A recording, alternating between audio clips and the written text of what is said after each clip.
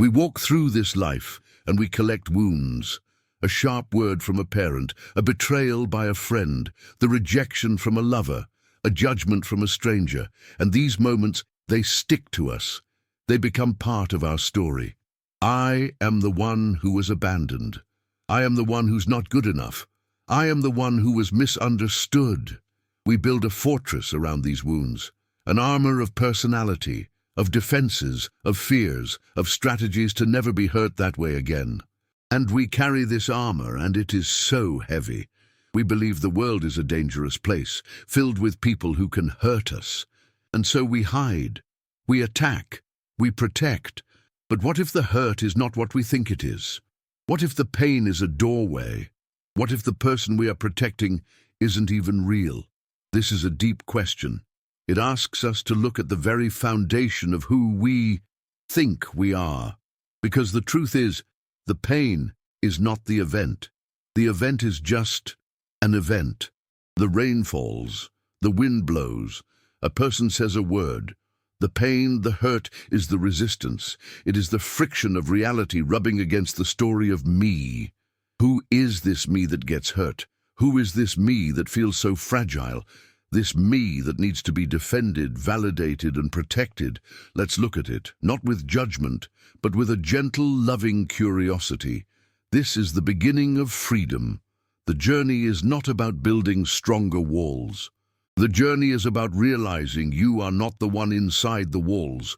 You are the sky that holds the fortress, the battlefield, and all of it, in perfect peace. This remembrance is the end of hurt. It is the return to the vast, unhurtable presence that you are. It is the moment you stop identifying with the story, and you rest, as the awareness that is watching the story unfold. This is the call to wake up from the dream of your own suffering, to see the dream as a dream, and to rest in the love that is dreaming it all. Are you ready to look? Are you ready to find the place in you that has never been and can never be wounded? Comment presence, if you are ready to see beyond the story of me. So, who is this me that gets hurt? Let's investigate.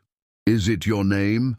If someone insults your name, is it you they have touched, or just a sound? Is it your body? If someone insults your appearance, have they wounded you, or just the temporary form you inhabit? Is it your collection of beliefs, your opinions, your history? We gather all these things, memories, ideas, labels. I am a good person. I am a spiritual person. I am a successful person. I am a victim. We sew them together into a costume, and we say, this is me. We call this the ego, the personality, and it is a beautiful, intricate costume. It is how we function in the world. It is our vehicle for this human experience. But here is the secret. You are not the costume. You are the one wearing it. And the costume, it is very sensitive. If someone tears the fabric or says they don't like the color, the costume cries out, I am hurt, and we, the awareness inside, believe it. We forget we are the wearer, and we become the costume. We identify with it completely. This me lives in a state of comparison. It looks at other costumes. Am I better than that one? Am I worse than this one? Does that one like me? Its entire reality is based on reflection. It needs others to tell it who it is. You are beautiful. You are smart. You are worthy. And so it gives everyone else the power to define it. And with that, it gives everyone else the power to hurt it. When someone says, you are wrong, or you are not worthy, or I don't love you, the costume feels like it is dying, because its source of validation is gone. This is the root of all hurt. Identification with a self that is built from the opinions of others, a self that is separate, a self that is small and fragile and always, always afraid. But the spiritual journey is not about destroying this ego. It is not an enemy. It is a wonderful servant, but a terrible master. The journey is about compassionately seeing it for what it is. It is a habit, a pattern of thought, a frightened child living inside you, and you You are the loving parent, the one who can hold this child, the one who can say, I see you are scared, I see you feel hurt, but I am here, and I am not hurt. I am the space that holds you. When we observe this ego, this me with love, it begins to relax. It stops being the center of the universe. It becomes just one part of the vibrant, wild dance of life, and you shift your identity from the part to the whole, from the costume to the loving presence that animates it. This is the shift from being somebody to being nobody, and that nobody, that spacious awareness, it cannot be hurt. The mind hears this and it says, okay, so I just need to let go. I just need to stop identifying. It tries to turn surrender into a new task, a new goal for the ego to achieve. I am going to be the best at surrendering. I am going to be the most non-identified person in the room. But this is just the ego wearing its new spiritual costume. And that costume will get hurt too. Why am I not enlightened yet? That person is less spiritual than me. The game continues. So what is true surrender? It is not an act of doing. It is a process of seeing. It is a gentle relaxing. It is the cessation of war, the war against what is. Every time you are hurt, look closely. Where is the pain? Is it not in the space between reality and your idea of reality? Someone should have treated you better. Life should have been fair. That shouldn't have happened. This should and shouldn't. This is the battlefield. This is where the ego wages its war against the universe. And it is a war it will always, always lose. The universe will always win. Reality is. Pain is the symptom of fighting reality. Hurt is the sound of the ego, grinding against the gears of what is. Surrender is not defeat. It is not passivity. It is the highest intelligence. It is putting down the weapons. It is stopping the argument with life. It is the moment you stop trying to make the river flow uphill. You realize you are the river, and you are flowing perfectly toward the ocean. When someone says a cruel word, the old habit is to build a dam, to resist, to fight, to hurt back. You can't say that to me. Surrender is letting the word pass through you, like the wind through an open window. You observe it. Ah, there is a word, an interesting sound. There is a feeling arising, a tightening in the chest. That is anger. There is a thought. I am being attacked. You watch it all, with curiosity, with tenderness. But you do not become it. You do not believe the thought, I am being attacked. You see it as just another event in consciousness. Like a cloud passing through the vast sky of your awareness. The cloud is not the sky. The thought is not you. The feeling is not you.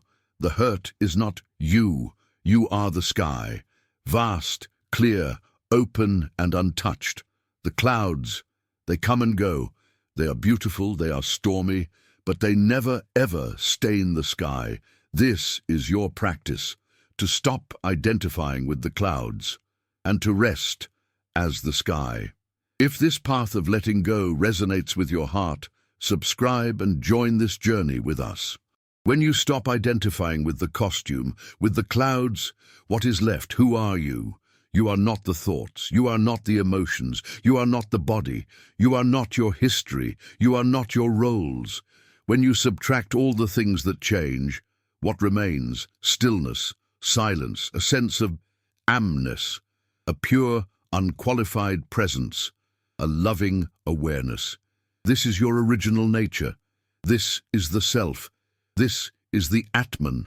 This is what the mystics call God, dwelling within you. It is the space in which your entire life unfolds, and this space, this awareness, it has no qualities, it has no age, it has no gender, it has no wounds, it cannot be hurt. How can you hurt space? How can you wound awareness? A knife can cut the air, but the air remains whole. A word can ripple through awareness, but the awareness remains pristine.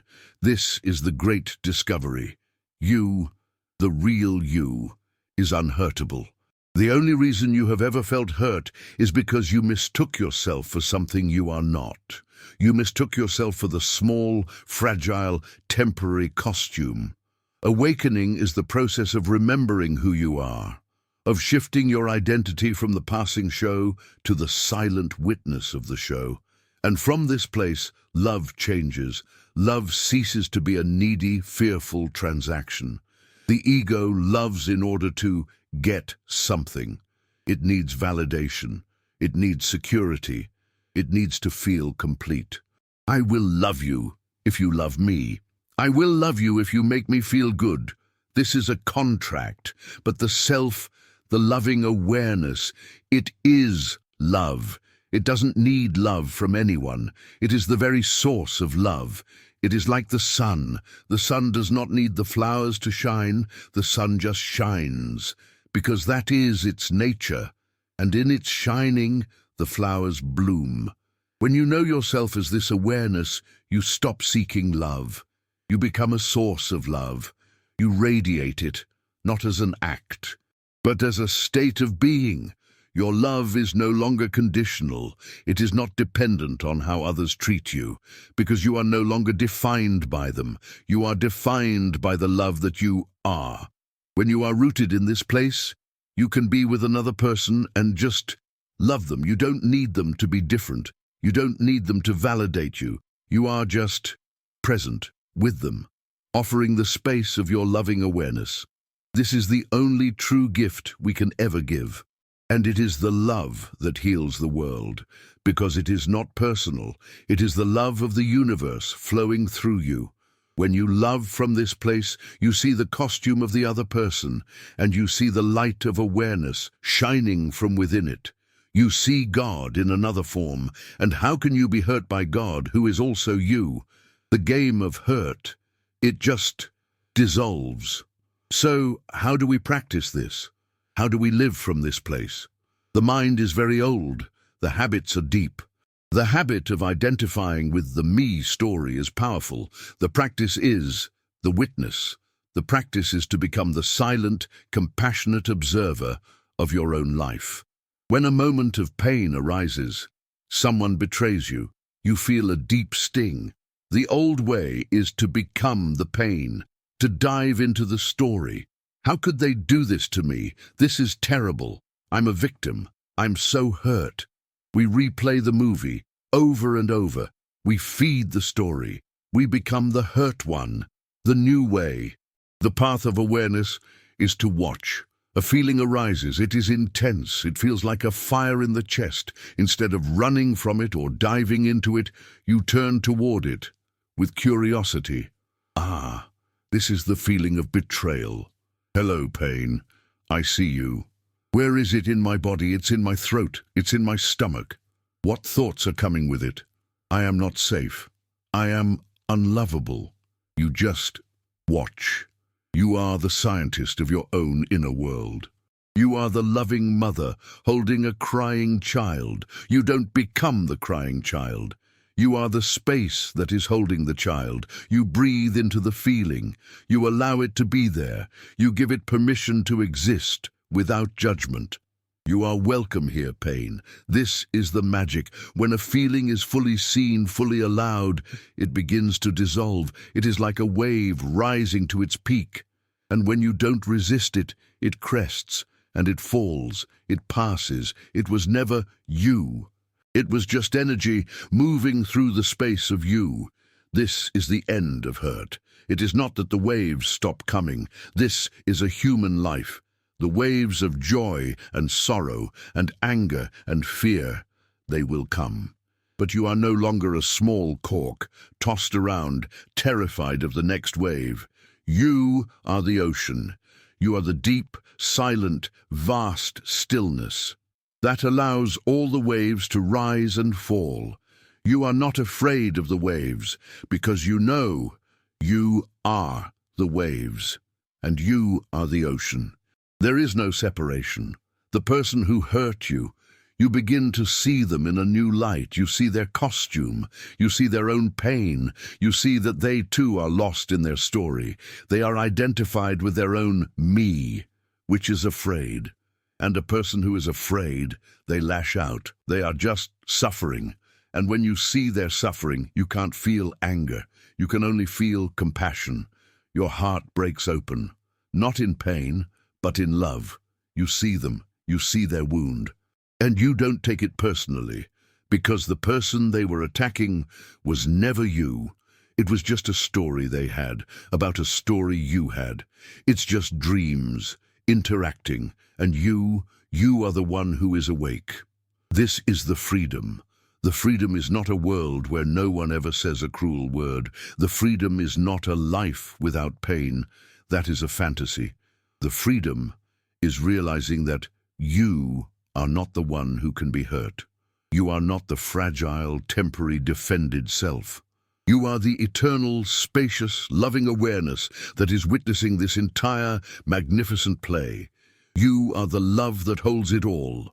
So when the old wounds surface, and they will, when the fear comes, when the "I am hurt" story begins to play, smile. Greet it with tenderness. Ah, the old movie is playing again.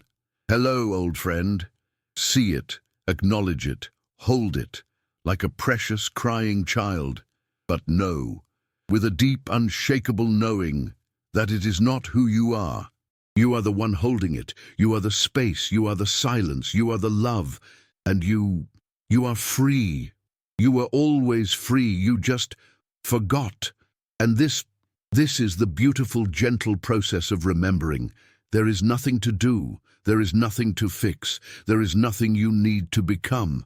You are already what you are seeking. You are the love. You are the peace. You are the freedom. Just rest. Rest in that knowing.